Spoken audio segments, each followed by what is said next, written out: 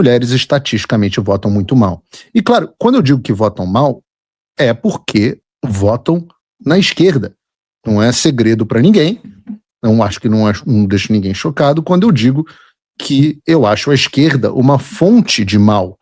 Uma fonte de mal e do mal, especialmente para as próprias mulheres. E algo que deveria ser, se quer ser controverso, como eu vou explicar daqui a pouco, e que aqui nos Estados Unidos é ponto pacífico e objeto de discussões acadêmicas constantes, a gente vai ver. Aliás, é um objeto de discussão no mundo inteiro civilizado, é o tal do gender gap votes. O gap, ou seja, o abismo entre o voto feminino e o voto masculino. O mundo civilizado inteiro trata isso com normalidade. Essa discussão é uma discussão normal. Mas o Brasil não é um mundo civilizado, não faz parte do mundo civilizado. E é aí que nós temos o encontro de duas forças cósmicas, né, que causam uma espécie de buraco negro intelectual no nosso país, que é o encontro da estupidez suprema com a vagabundagem ideológica. E só isso explica esse nível de cobertura dos jornais brasileiros. Só alguns exemplos, porque todos publicaram. Paulo Figueiredo diz que mulheres votam mal e critica Michele Bolsonaro, de CNN. O Globo. Paulo Figueiredo diz que mulher vota muito mal e ataca Michele por vídeo contra Flávio. Folha de São Paulo. Mulher vota muito mal, diz bolsonarista Paulo Figueiredo ao atacar Michele e chamá-la de feminista. Poder 360. Paulo Figueiredo diz que mulheres votam mal e critica Michele. Infomoney, aliado de Flávio, Paulo Figueiredo critica Michele e diz que mulheres votam mal. Metrópolis, Paulo Figueiredo volta a criticar Michele e diz que mulher vota mal. Reparem o choque da imprensa com a afirmação que eu vou provar aqui no programa de hoje que é absolutamente inequívoca. E eu não sei propriamente separar o que é ignorância e o que é burrice e o que é má fé. É evidente que eu sei que os militantes da esquerda quiseram e querem aproveitar a fala, descontextualizar, sem se importar se é verdade ou não, para tentar colocar um selo de anti-mulher na campanha do Flávio. E a gente vai endereçar também esse ponto. Aliás, antes da gente tratar da imprensa, o negócio foi tão grande e bizarro que até o Zé Dirceu resolveu comentar no X, escrevendo um textão falando mal de mim. O Zé Dirceu. Ora, eu acho que um dos meus trabalhos é falar coisas que deixem o José Dirceu muito aborrecido. E a imprensa também. Um dos exemplos claros vem da militante do ex-jornal Estadão. Ela escreveu o seguinte: Flávio Bolsonaro cala frente a ataque de conselheiro a voto feminino e ato com mulheres vira teatro. E aqui vale uma rápida resposta a Rosiane Kennedy, que eu prefiro chamar de Rosiane Stalin, porque eu não quero sujar o nome dessa grande família norte-americana com um passado bastante interessante. Então, Rosiane Stalin, eu quero dizer o seguinte a você. Conselheiro do Flávio é a puta que te pariu. Isso é um truque rasteiro que você está aplicando e eu conheço. Vocês usavam com o Olavo de Carvalho e o chamavam de guru do Bolsonaro. Qualquer uma das verdades que o Olavo falava era deturpada, descontextualizada e instrumentalizada pela imprensa militante. Ora, eu estava acostumado, eu convivi isso com a Thaís Oyama dentro da televisão. Então, eu vou repetir, conselheiro do Flávio é a puta que a pariu. Eu falo por mim e o Flávio fala por ele. Há muitas convergências e há muitas divergências. Eu tenho divergências com o Flávio. Uma delas ficou escancarada para vocês aqui mesmo no programa, quando eu critiquei as posições do candidato a respeito dos temas de feminicídio e até o tal do projeto da misoginia. Vocês lembram? Que teve apoio do Flávio, equivocadamente, e nós alertamos, era uma estupidez que seria instrumentalizada pela esquerda para prender dissidentes políticos. E nesse ponto, eu lamento dizer que nós também tínhamos razão. Nós aqui do Paulo Figueiredo Show. E eu digo isso porque a esquerda sequer esconde esse objetivo.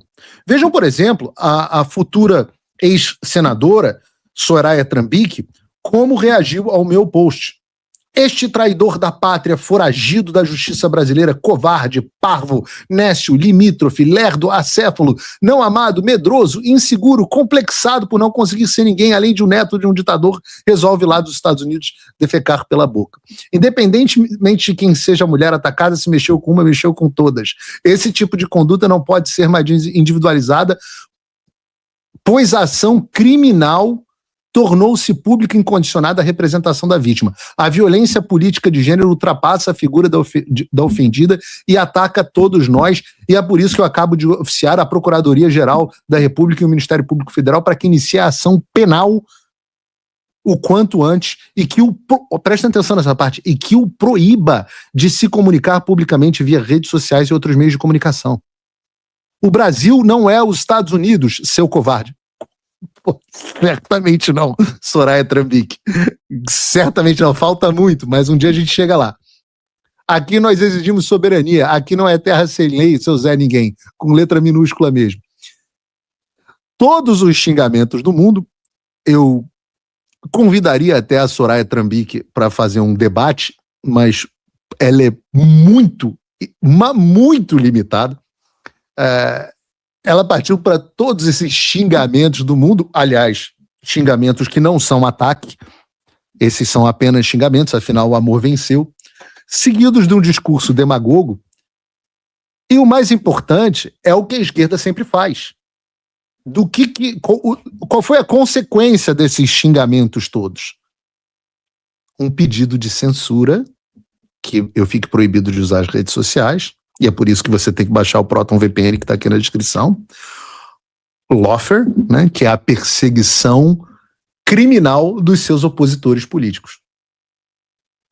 Pelo quê? Pelo fato de eu falar uma verdade incontroversa do ponto de vista estatístico, mas inconveniente porque expõe exatamente a situação da esquerda. Esses casos são os casos onde a má-fé é evidente. A Soraya Trumbique e a Rosiane Stalin não são exatamente as faquinhas mais afiadas da gaveta. Mas nesse caso, elas nem fazem questão de serem. Porque o objetivo aqui é político e ideológico de dois braços diferentes, mesmo uma jornalista de um panfleto marxista e uma política em decadência marxista. Não tem nada de novo aqui. Mas há uma parcela genuína da população, mesmo das pessoas de direita, que ficaram realmente chocados ou incomodados com a discussão por nunca terem ouvido falar sobre esse assunto. E é por isso que é tão fundamental que a gente fale sobre ele. Sorayas e Rosianes passarão, mas essa ideologia nefasta e a destruição social que ela está causando vão continuar por aí. E é impossível combater aquilo que se desconhece. É impossível combater o que se desconhece. E se nós não falarmos, se nós não tratarmos sobre esses assuntos, nós não vamos chegar a nenhum lugar como civilização. Novamente, e aqui, né, eu estou me identificando aqui e sentindo saudade do professor Olavo de Carvalho, e eu lembro que ele chamava de argumentum ad ignorantiam, né, justamente o que se passa no Brasil. É uma coisa que realmente, até hoje eu só vi no Brasil, que são as pessoas que usam a própria ignorância como se fosse um argumento triunfante. A pessoa fala assim, eu nunca ouvi falar de um determinado autor, nunca ouvi falar de um fato, nunca ouvi falar. Então, para ele, esse é um argumento fatal de que aquilo não existe. A própria ignorância, a pessoa transforma o desconhecimento em fonte de autoridade. E o que eu quero dizer com desconhecimento? Bom, em primeiro lugar, desconhecimento de noções básicas, elementares, eu volto a dizer aqui, de ensino médio sobre estatística. Voltando à minha fala aqui, eu disse então que mulheres estatisticamente votam muito mal. Eu poderia ter dito, como disse depois, simplesmente que mulheres votam muito mal. Por quê? Porque, obviamente, isso é uma generalização. Ora, algumas pessoas, inclusive uma advogada conhecida na internet, porque eu até tenho grande simpatia, comentou em um dos meus posts dizendo assim, toda generalização é burra. O que, obviamente, não é nenhuma frase. é um chavão de quem desconhece o básico de estatística. Por que eu quero dizer isso? Na verdade, e de ciência social, porque em ciência social, todas as afirmações são generalizações. Todas! Por uma razão evidente, a realidade dos fenômenos sociais ela é tão complexa que a gente só pode expressar e visualizar essa realidade através de generalizações. Por exemplo, vou dar um exemplo aqui para não parecer complicado. A gente pode dizer, um básico aqui, que homens são mais altos que as mulheres. É uma afirmação que seria razoável. Mas ao momento que você disser isso, vai ter alguém até aqui no chat dizendo assim, não, mas e geralmente uma pessoa que se acha muito inteligente com esse argumento, quando ela diz assim, mas eu sou mais alta que o meu marido, ou até no meu caso, Paulo, eu sou mais alta que você, logo você está errado. Essa pessoa genial vai achar que com isso destruiu a expressão de uma realidade que é óbvia e conhecida, que é, de um modo geral, homens são mais altos que as mulheres. A média de altura dos homens é, sei lá, 1,75 m no Brasil, e das mulheres é 1,60 m e poucos.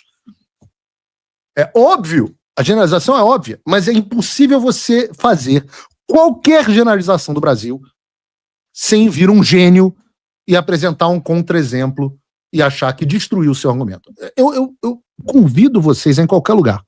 Qualquer afirmação, a mais óbvia que vocês fizerem, vai ter alguém se achando genial porque destruiu o seu argumento com um contra-exemplo. Então você fala, sei lá, a temperatura média anual em Manaus é mais alta do que em Porto Alegre. Aí vem um gênio. Não, mas teve um dia, em julho, que fez 3 graus em Manaus e 28 graus em Porto Alegre. O cara se acha inteligente demais falando isso. Ele fala assim, porra, agora eu fiz um comentário que acrescentou na discussão. Mulheres vivem mais que os homens. Né? No Brasil, a diferença é de 5, 6 anos. Aí vem o gênio. Não, mas a minha tia morreu aos 58 e meu avô tem 96 e joga dominó todo dia. Você fala, as pessoas com ensino completo têm renda mais alta do que as que têm um ensino médio. As pessoas com ensino superior. Aí vem o gênio. Não, eu conheço um cara que parou na 5ª série, montou uma oficina de caminhão e fatura mais de 50 mil por mês. O meu primo é formado em administração, tá ganhando 3 mil reais como analista júnior. O cara real. E isso é uma verdade, gente, por favor, observem isso. Isso é uma verdade para qualquer assunto no Brasil. Você quer me deixar assim, praticamente imprimo e assino um atestado de retardado, é quando alguém me apresenta um contra-exemplo para desfazer um argumento de generalização em ciência social. Crianças, nunca façam isso. Isso é coisa de retardado. Então, superada essa introdução à lógica do Mobral, se vocês lembram do movimento Brasil Alfabetizado, na década de 70, e entendendo que eu me refiro a uma generalização de que as mulheres votam estatisticamente mais na esquerda, voltemos à minha afirmação. Mulheres votam mal. E aqui é uma imagem em homenagem ao meu amigo Steven Crowder, que ainda vai com frequência para universidades esquerdistas, aqui do fundo é a Universidade de Harvard, e colocava uma plaquinha com afirmações óbvias, mas que os esquerdistas nunca admitiam e não permitiam nem que fossem discutidos. Então, mudem a minha opinião quando eu digo que mulher vota mal.